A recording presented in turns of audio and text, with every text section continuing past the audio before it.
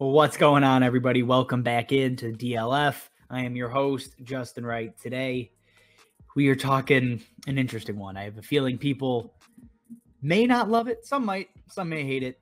That's Dynasty, though. We're talking Amon-Ra St. Brown.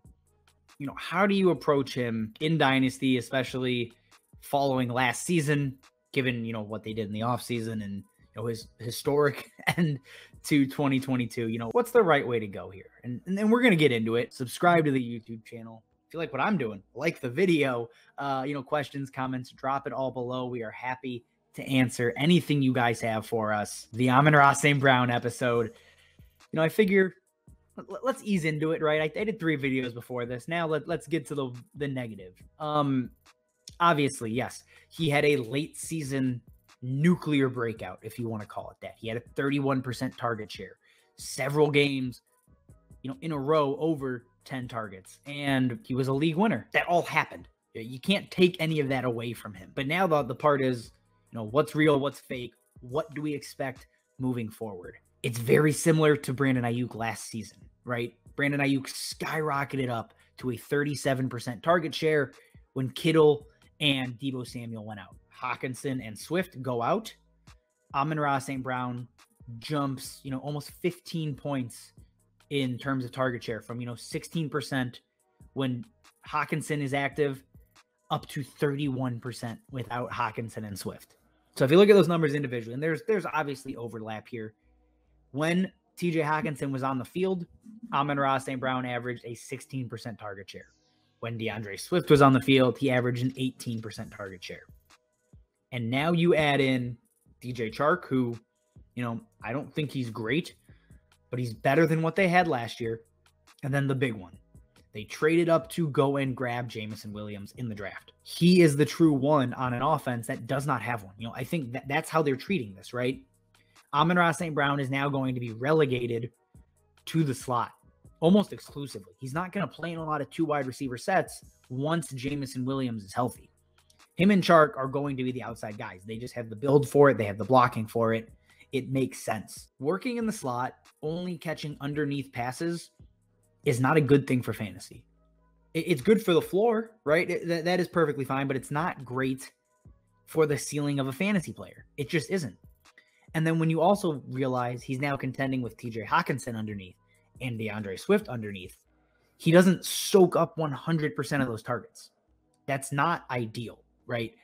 Yes, he may be more open than he used to be, but the targets are less valuable, and there's most likely less targets than before just because there's increased competition. Right? Jamal Williams was healthy for some of those games, right, without DeAndre Swift. Jamal Williams still isn't very good. That's just is what it is. They don't have a guy to replace TJ Hawkinson. They had Josh Reynolds and whoever else running routes out there. This is now one of the busier offenses with full of talent. And Amon-Ra St. Brown probably slots in as, 2A, 2B when Jameson Williams gets fully healthy. And I don't know if that's enough this season with Jared Goff to sustain his value, right? People are ranking him in redraft even as a top 24 wide receiver. And I think that's absurd. It just doesn't make any sense.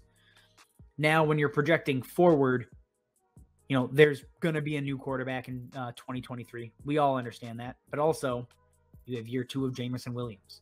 You just have all these other pieces that are all maturing at the same time. And the last guy I want is the slot wide receiver in that offense. It just doesn't make a lot of sense, right? Again, and this may not be as important now that we've seen him do what he can do.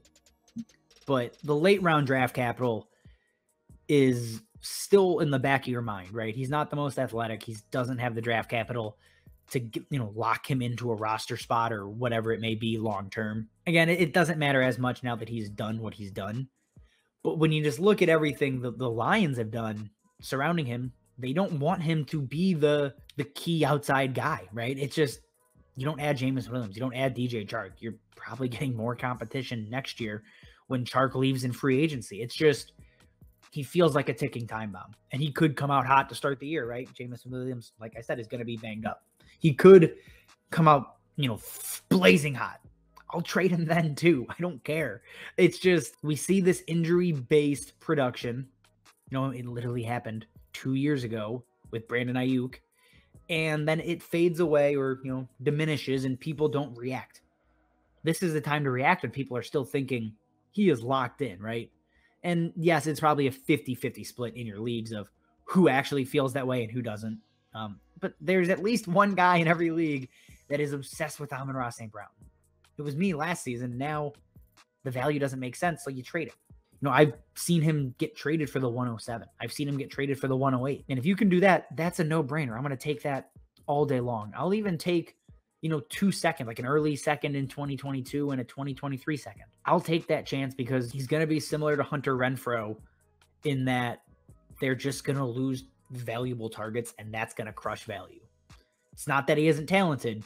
It's just that there is too much going on, and I think there are better pieces on the offense than what he can provide, in 2022 and the future beyond that.